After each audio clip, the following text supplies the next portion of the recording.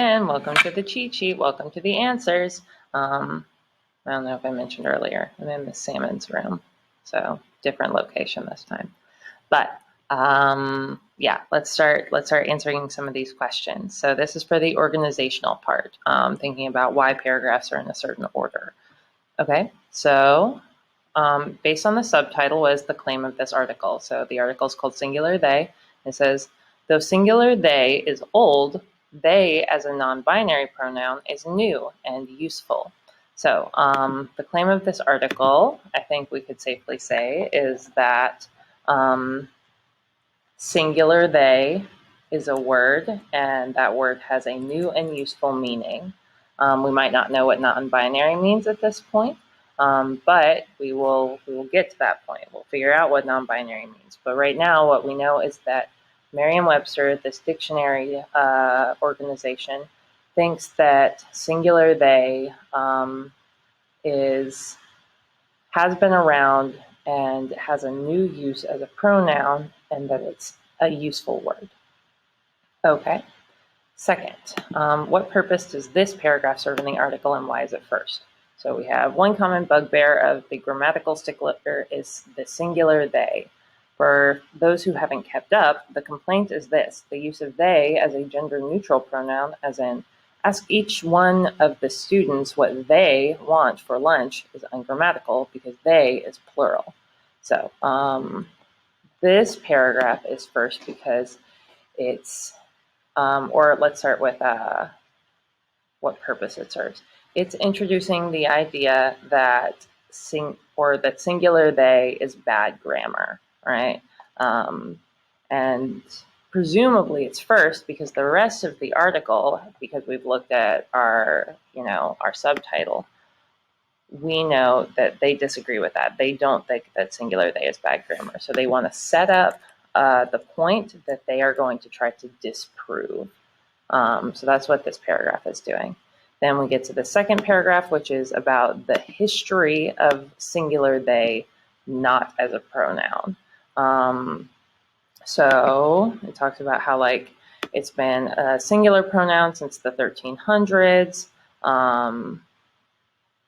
We have you and you. You was originally singular, and now it can be plural, but we don't think of that as ungrammatical. Basically, they talk about all of the historical ways in which singular they is reasonable, is good grammar, right? Okay, next one. Paragraph 3 marks a transition. Also, this paragraph is related to the first paragraph because if this is the complaint that people have, this is their contradiction to that complaint. They say that this is a bad complaint because of X, Y, and Z historical reasons. Okay, but then we get to a transitional paragraph. What transition is the author making? We can see in this first sentence, they is taking on a new use, however, as a pronoun of choice for someone who doesn't identify as either male or female. So basically the transition that the author is making is saying instead of talking about singular they, I'm going to be talking about they as kind of a gender pronoun. So instead of saying he or she, there are some people who are now saying they. So they're transitioning to the new use of the word they. Okay? And then let's go down. How does this paragraph build on the idea introduced in paragraph 3? So paragraph 3 is about the idea of a gender-neutral pronoun. So a gender-neutral way to refer to a person without saying their name. If we're talking about a boy, we might talk about him or he. If we're talking about girl, we might talk about she or her. And if we're talking about a non-binary person, right, someone who doesn't identify as a boy or a girl, then we could use they if that's the pronoun that they prefer. Okay, so that's the point of paragraph 3, right? So how does this paragraph 4, build on that idea? It builds on that idea by talking about people with male or female genders not understanding the idea of non-binary they. So that's the point of this one. It's trying to say that like many people are uncomfortable with the idea of gender neutral they as a pronoun, but they can get used to that, is basically the point of this paragraph.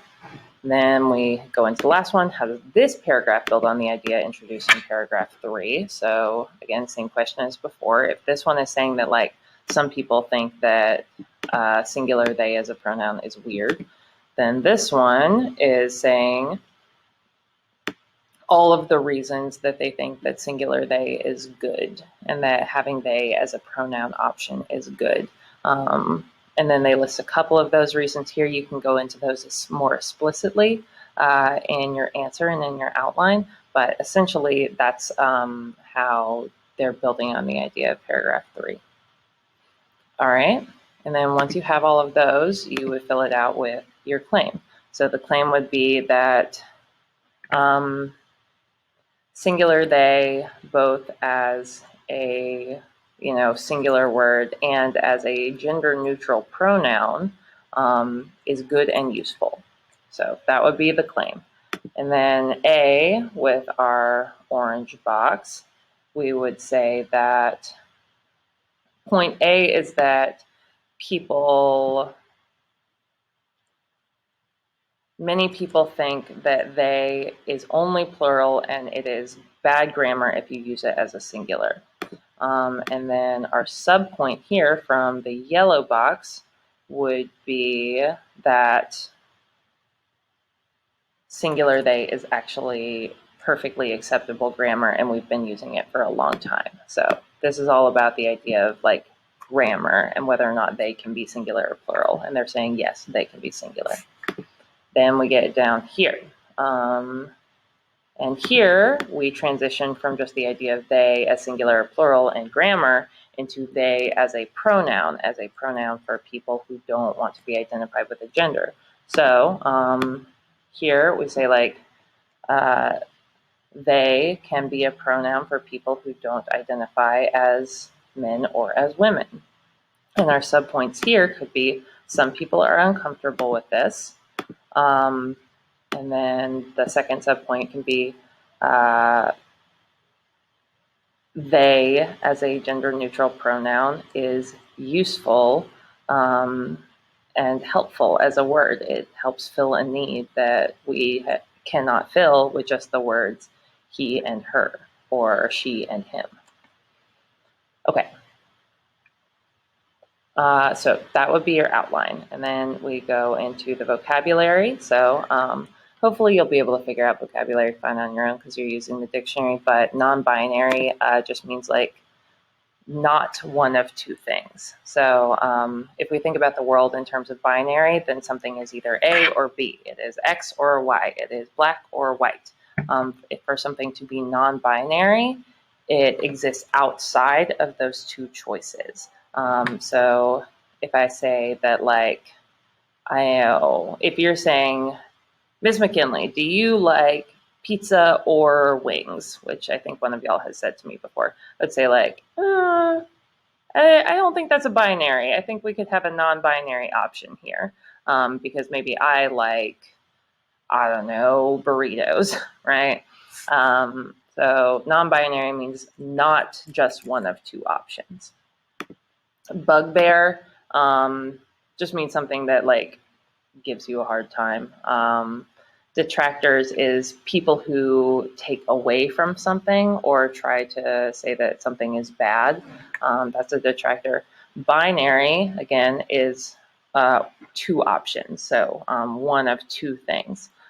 So I might say that like, we talk about how there is a gender binary, aka there are two like classic options, right? There is male and female. And so non-binary is about challenging the idea that there are only two, right? Bi is the root word here, bi meaning two. And then pronoun is kind of a slippery thing, but basically it is a word that refers to someone or something without using the name of that thing. So if I want to point to an eraser, but I don't want to call it its proper name. An eraser, I could say it, right? Like it is on the board. If I want to point to Jason in my classroom, I could point to Jason and say, he is sitting at the desk. If I want to point to Markyla and say, she is sitting at the desk, I would say, she is sitting at the desk instead of saying Markyla. So a pronoun is a way of referring to something without using its proper name. Okay, and then we have these questions. These questions are more personal. You can use them, you can answer them whatever way you see fit. There is not really a right or wrong way here. All right, cool. I would, for the test tomorrow, I would maybe review these cheat sheet videos. I would look back through your classwork. Maybe if you didn't make any corrections to your classwork before watching the cheat sheets, you could maybe like think about corrections you would make now, and that would help you a lot to prepare for the test. But tomorrow, test, all 3 readings will appear. All of the questions will reflect the kinds of exercises that we've been doing in the work. So hopefully you will all pass with flying colors. All right. See you tomorrow, guys.